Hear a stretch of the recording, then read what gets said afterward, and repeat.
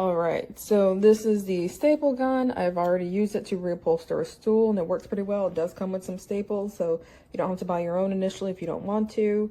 Some of the staples did stick out a little, but I just used the hammer and hammered them back in. But if you're putting the nails in like this in the back, it's not going to close. I'm trying to do this one with one hand. But if you're trying to, if you see it gets stuck, it's not going to close. So just be sure when you're loading up the nails, if you're having issues, the nails actually go in here on this side. See? And then it will close. Which I'm trying to do it with one hand. Okay, I'm going to set the phone down, but...